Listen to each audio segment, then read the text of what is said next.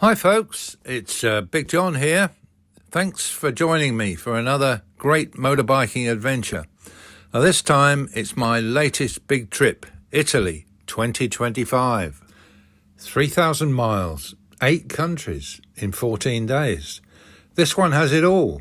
Great roads, fantastic variety of scenery and lots of adventure along the way.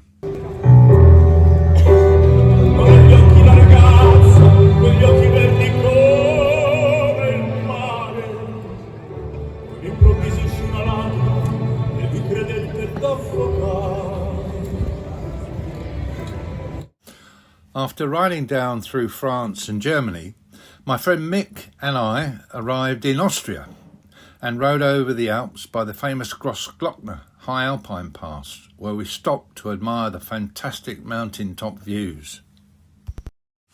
We then crossed into the beautifully scenic Slovenia and on down the Adriatic coast with the blue sea on our right. We arrived at the port of Split in good time to take an overnight ferry from Croatia across to Italy. We rode through beautiful Tuscany, around Florence and then up to Bologna on the excellent SS65, passing close to the famous Mugello MotoGP circuit in the Tuscan hills. We stayed in Bologna for 2 nights. We visited the superb Ducati Museum. And later that evening, as we looked for a restaurant, we stumbled across an unexpected moment of Italian musical culture in the Piazza Maggiore.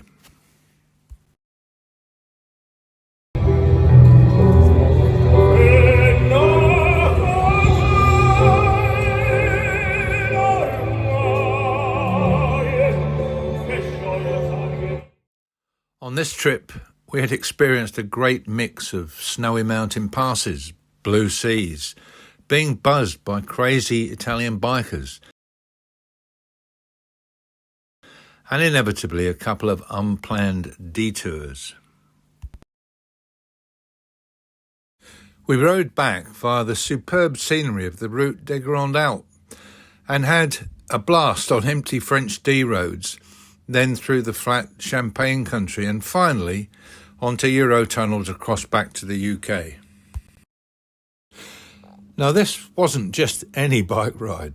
This was a 3,000-mile epic motorcycle adventure. There were just so many highlights over the 14 days. To give you a better feel, I've put together a mix of on-bike footage and iPhone clips to show the variety of roads and some of the stunning scenery on this trip.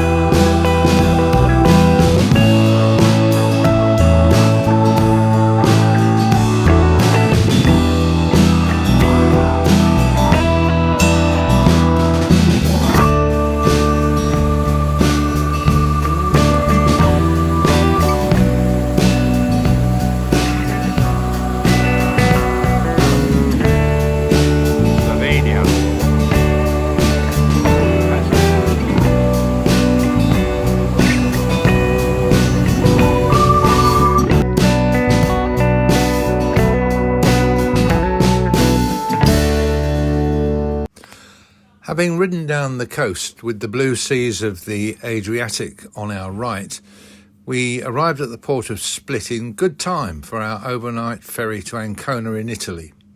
We had time to chill with a cold beer before joining the throng of other bikers and the chaos of the loading process. The ship was quite new and the cabin was fine, as indeed was the quality of the food at dinner. We docked in Ancona at 6 a.m. the next morning. We needed an early start to make our 250-mile ride to Bologna. The route would take us through Tuscany and around Florence on the best twisty roads through lovely scenery.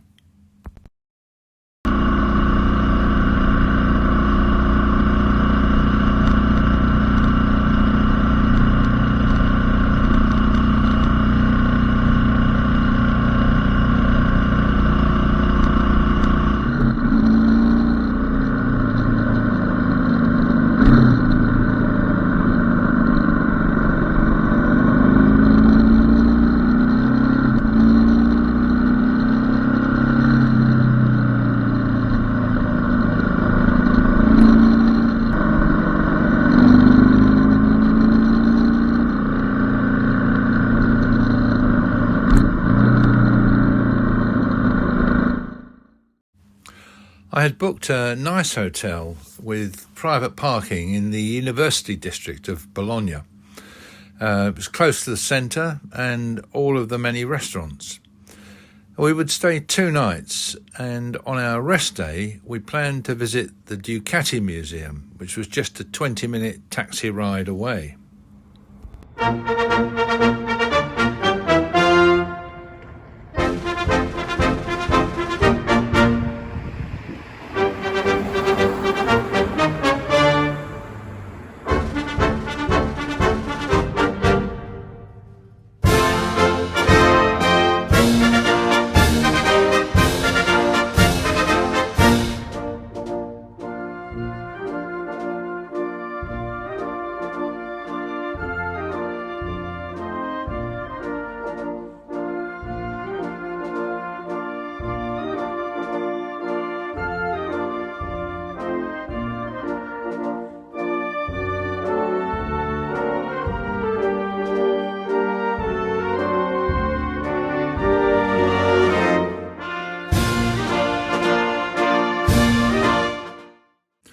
We really enjoyed the museum, and we finished off our morning with a nice lunch back in Bologna. Later that evening, we explored the streets around our hotel, and as we entered the Piazza Maggiore, we found rows and rows of seats set up and a full classical orchestra tuning up. It turns out that we had found ourselves at an open-air concert about to start, part of the Bologna Portici Festival 2025. So we took a seat to have a listen.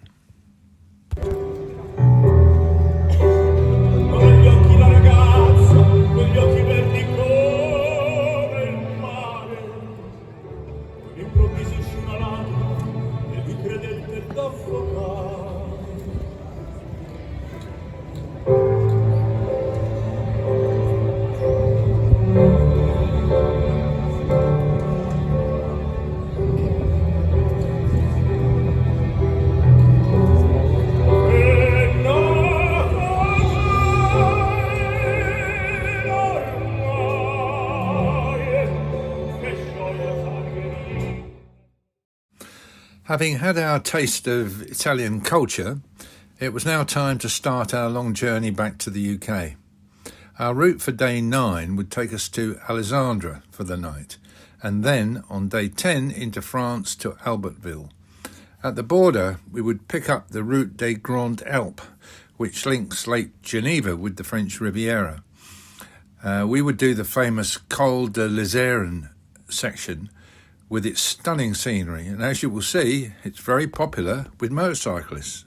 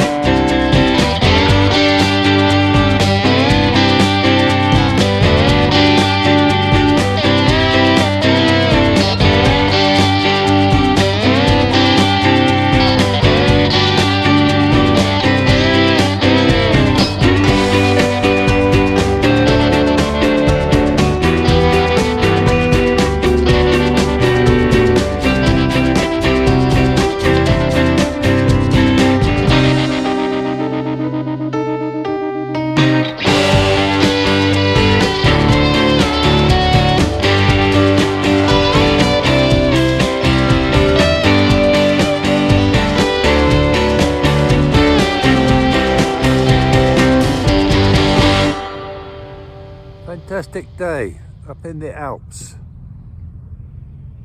Right high up in the Alps. Absolutely fantastic.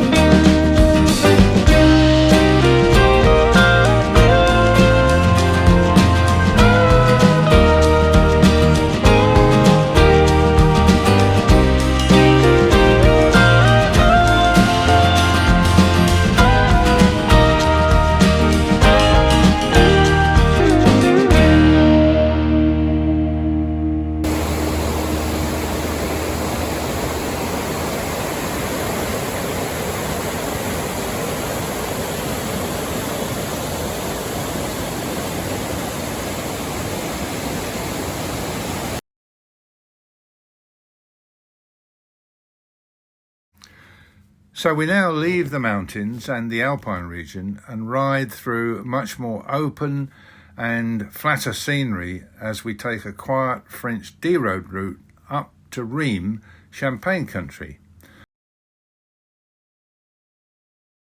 On our trip down through France, we had stopped to have a look at one of the Maginot Line fortifications from the Second World War.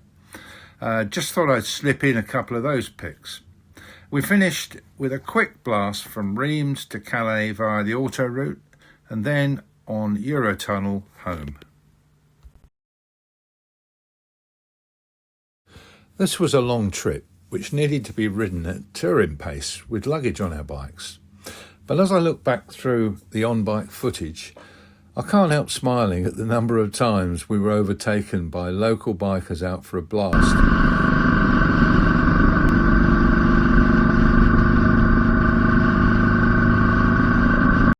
I was only tempted to chase once on this trip, and just as I was catching him, his mate came flying past. So I eased off and remembered this was a tour, not a race.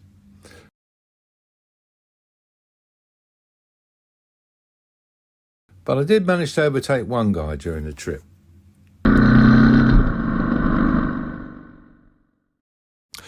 So that's it, folks.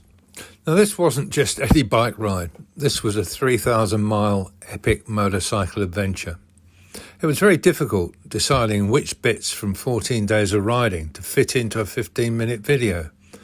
I hope I've managed to convey some idea of the variety of roads and show you some of the stunning scenery during our 3,000 miles.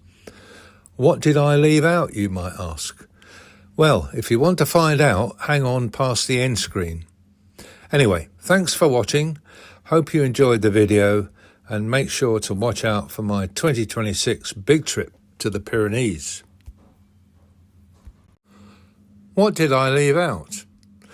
Well, there were the times when even though Mick and I had exactly the same model of sat-nav and were using the same GPX route, we still managed to lose each other. Then there was finding the road closed, miles from anywhere in the middle of rural Italy, and chancing a detour via what was effectively a potholed goat track over a mountain. Oh, then there was finding the road closed due to road repairs at the top of a remote Slovenian pass, and having to bribe the workers to move their lorry to let us through. And then there was the Italian auto route toll machine that wouldn't take my ticket.